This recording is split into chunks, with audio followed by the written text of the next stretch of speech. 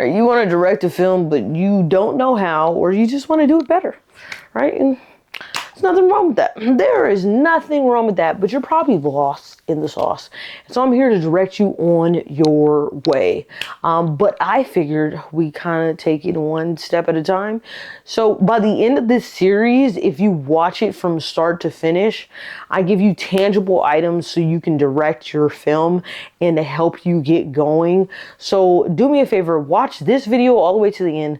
Do your homework assignment, right? Do the learning check too. And then go to the next video and keep going until you make your film from start to finish. Let's get into it.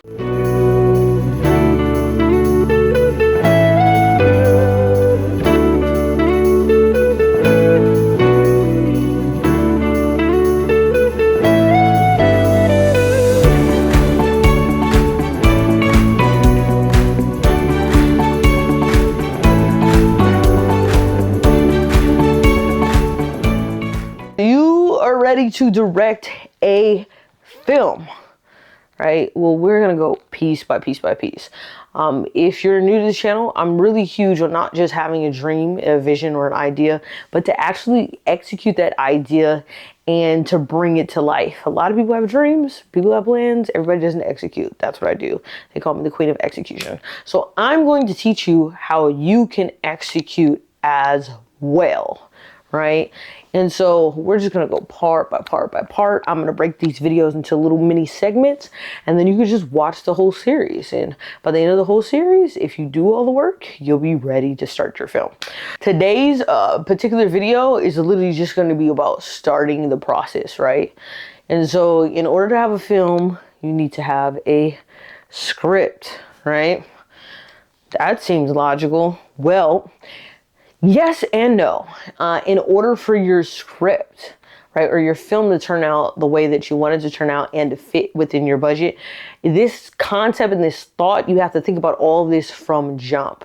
And yes, this is like a little bit more producer than director, but it's important as well for you as a director, because to understand the budget, to understand how many days you have, is going to help you break down the shot list. It's going to help you break down time. It's going to help you understand how much crew you need, all of this situation. So let's start off with identifying what script works. Well, yes and no, you gotta like it, you gotta like it. That's gonna be a you thing. That's gonna be a personal you thing as far as you liking it or not liking it. I'm going to tell you what's going to work. If you're just showing up, collecting a check, that's one thing. If this is your movie and you're spending your money, that's another thing. So we're gonna assume, right, that you are not working on $100 million film budget. Because if you are, then I would hope that you've done it before, or at least know how to do it. Right, we're going to assume, I'm going to structure this series based off of people who are really 500,000. This works for $1 million budget too. Don't get me wrong, but really 500,000 or less, and more likely than not, you might be 100,000 or less on your film budget, which really means choosing the script is super duper important, right? So if you're on a small budget, you need to know that you need to shoot what you actually need to shoot. And so based off of my experience, right, what I've realized is that you actually don't need 90 to 100 pages on a film, depending on what type of genre that it is, right? Chances are you're going to have more talking than just like action sequences, because you don't have the budget to shoot action sequence, because that takes so much money, right? To be moving the camera and cars and blowing up stuff. Probably don't have a lot of money to be doing all that, right? So we're going to assume you don't have a whole lot of those scenes. You're going to have more dialogue than anything, and just moments, right? And you still have movement. You still have moments where you're showing and all that stuff. But more dialogue than anything. Dialogue fills up pages.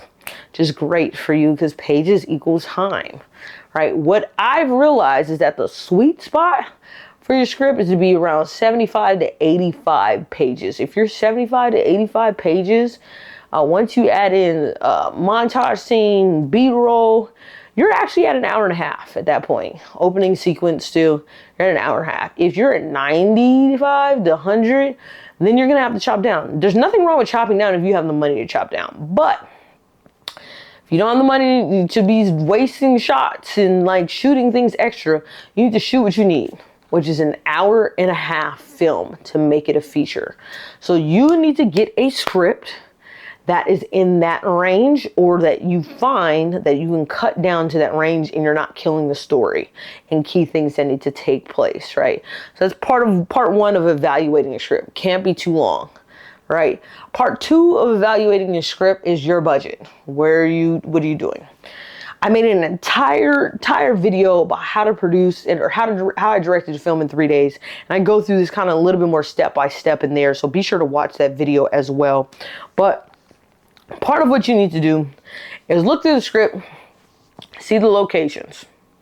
If you got 10 locations in there and the budget is big, blah, blah, it's not going to work for this budget level. Nope. You want to do things that are pretty much contained when you're world building, right? And so the bulk of something takes place at 1 or 2 particular locations, right? And then you can surround yourself with free locations or things that are conversations outside, like parks or in the car or whatever, that still keep it interesting and still keep it moving and going. Or a location that has multiple rooms that you can make look like 4 or 5 different locations. Because every single time you have to move, you're killing time. And then if you have to go to another location, you're killing budget because you have to rent that other location too, versus getting a discount by being in 1 or 2 locations, right? Then from there, you look at the script. So that's the second thing, right?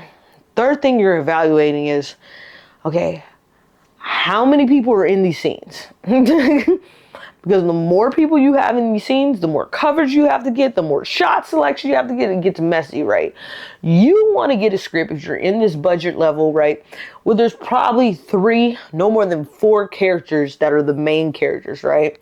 That are talking. Definitely don't have more than 4 people talking a scene at once. It's going to be a pain. And your preference should be 3, right? No more than 3. And your sweet spot is 2. If the majority of your scenes have 2 people interacting, you're going to be able to pull this off on this budget level. It'll make sense as we go part by part by part. So you either need to find a script that has that, write a script yourself that has that. And I might need to do a whole writing because I write most of my scripts too. So if you want to learn how to write a script that you can actually shoot on this budget level, comment in the comments below. Script writing in the comments below. All right. But if you do that, then you find that type of script or adjust your script to fit that, then you're going to be straight. You're going to be solid and you can pull it off on this budget level. So I need you to start off, where I want to direct a film, to evaluate those 4 things. Go evaluate those 4 things about the script you already have, or find a script that does those things, so that way I could teach you how we're going to direct this thing and break it down, shot lists, all of this, characters, whole bunch. It's a whole formula that I'm going to teach you guys. We're going to get into, but we're going to start with the script. All right, so we have that. That's the script that works, right? So then beyond that, we can talk about the story of the script. I think the fail-proof story, right, unless we're talking horror, we can get into that, right? But of any type of script, it's really just kind of the hero's journey. And the hero's journey is simple. If you've seen any type of a Marvel film, they do this in every single film. Whether it's a continuation or the next. But you really see it in an origin film, right? The movie starts off beating up the character. Somehow we beating up this character, right?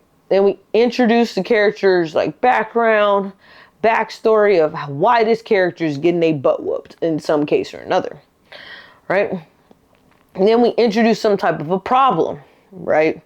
And we introduce the problem, and that starts us on our hero's journey of what we have to overcome throughout the whole story.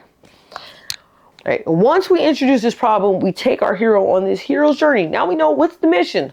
Why are we here? What do we have to overcome? What are we saving the world from, right?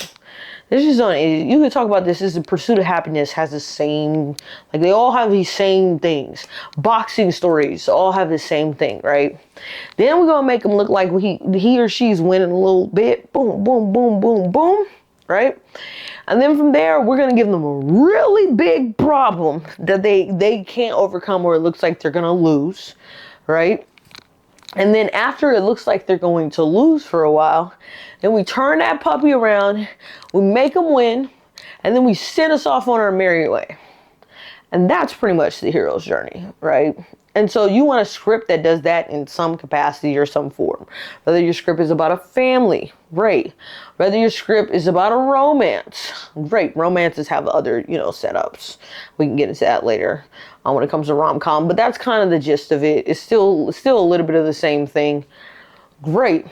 Even sometimes in thriller movies, except the villain kind of wins, so it's a little bit different.